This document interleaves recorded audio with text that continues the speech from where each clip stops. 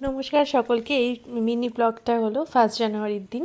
তো এই দিন আমরা কি করব, তো সন্ধেবেলা ওই জন্য যাচ্ছিলাম একটু স্টার মল।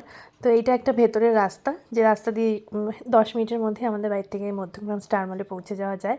তো ওই রাস্তা থেকেই যাচ্ছিলাম, ঠান্ডা সেদিন বেশ ভালোই লাগছিল।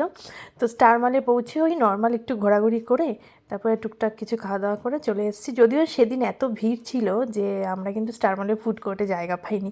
এই যে তার মেন রোডে চলে এসেছি এবং স্টার মলে ঢুকেও পড়েছি। প্রথমে একটু ওই উইন্ডো শপিং করা হলো, দেখা হচ্ছিল বেশ কিছু জিনিস, তো কিছু কিছু পছন্দ হয়েছিল, কিন্তু এমনিতেই শীতের ড্রেস অনেক বেশি হয়ে গেছে, তাই আর কিছু কেনা হয়নি। তারপরে আমরা চলে এসেছিলাম জাস্ট বাঙালি বলে একটা রেস্টুরেন্টে।